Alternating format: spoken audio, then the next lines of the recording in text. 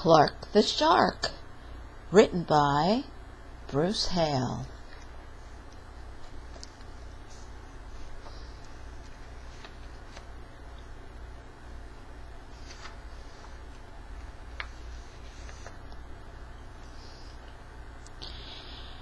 In all the wide blue seas, in all the wide blue world, the top school for fish was Theodore Roosterfish Elementary. And of all the fish at Theodore Roosterfish, the biggest and the strongest was Clark the Shark.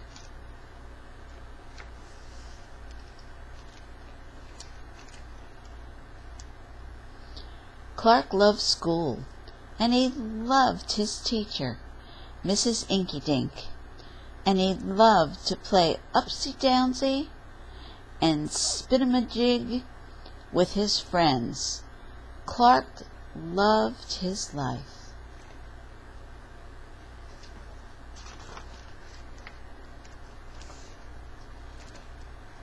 School is awesome, shouted Clark the Shark. Less shouting, more reading, said Mrs. Inky-Dink. Lunchtime is sweet, yelled Clark the Shark. Munch your own lunch, said his best friend Joey Mackerel.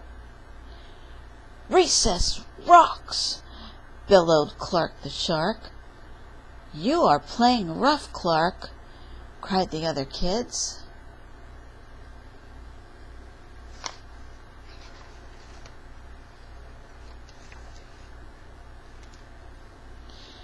Yes, Clark loved his life with all of his sharky heart, but he loved everything way too much.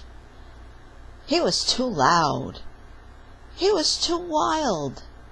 He was just too much shark for the other fish to handle. After a while, no one wanted or would play with Clark. No one ate lunch with him. No one sat with him at circle times. Even his best friend, Joey Mackerel, said, "Cool your jets, Clark. You're making me crazy."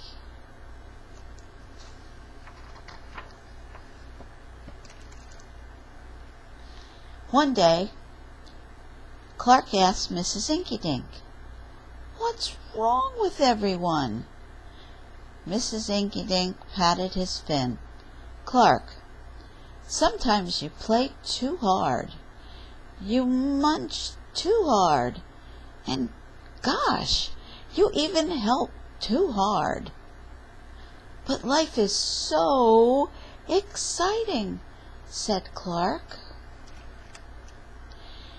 "There's a time and a place for everything," said Mrs. Inky-Dink. "And sometimes the rule is stay cool."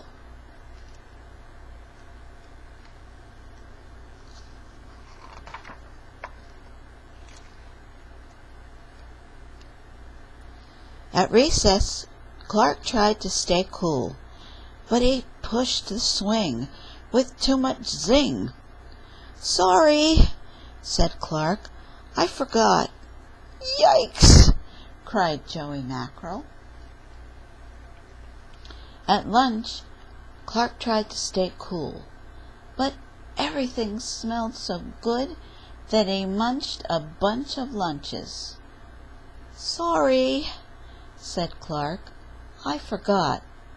"We're starving," said his friends.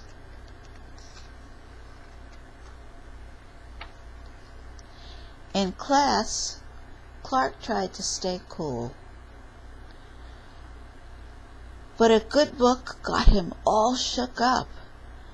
"Now, Clark," said Mrs. Inky-Dink, "this isn't the time or the place. Tell me, what's the rule?" "Stay cool," said Clark. "Hey, that rhymes!" he cried. Then Clark got a big idea in his sharky head. "Maybe if I make a rhyme, I'll remember every time," he thought. The next day, he put his plan to work. In class, when lessons got exciting, Clark wanted to bounce up out of his seat. Instead, he told himself, "When teacher's talking, don't go walking." And what do you know? It worked. "Attaboy, Clark," said Mrs. Inky-Dink. Clark smiled. Lessons are fun.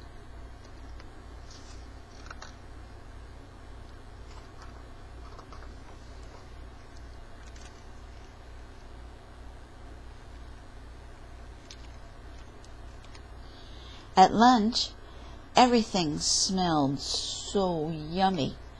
When Clark wanted to eat and never stop, he told himself, "Only munch your own lunch." And it worked again. "Way to go, Clark," said his friends. Clark grinned. Lunch is fun.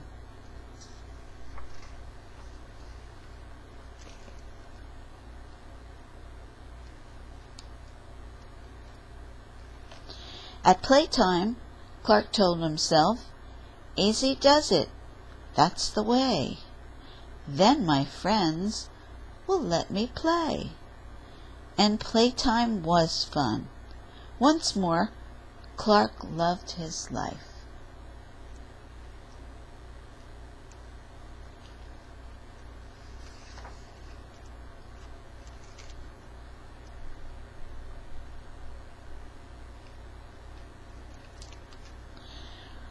But then a shadow fell across the playground.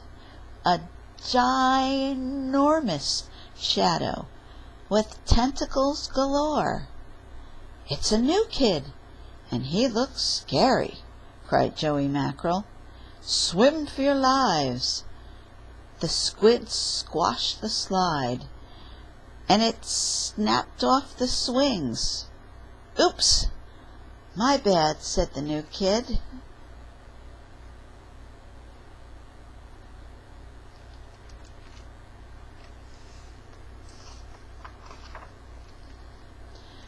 "Wait," said Clark.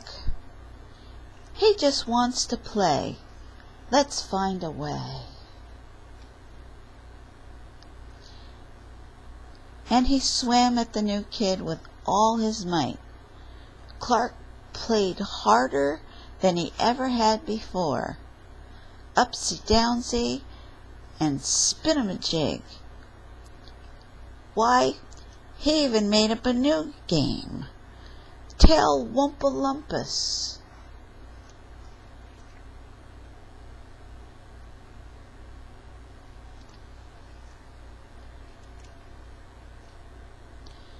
"Wow, that was fun," said the new kid breathlessly, and he settled down. "If you want to come to school, you've got to stay cool," said Clark.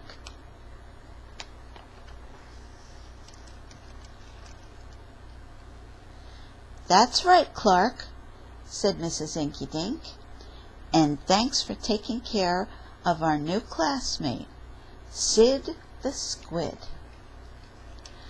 "Hooray for Clark!" Everyone cheered.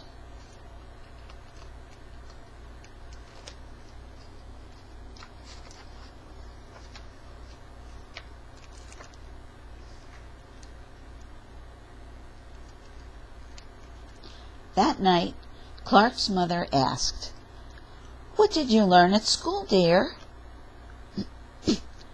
"There's a time and a place for everything," Clark said. "Sometimes you stay cool."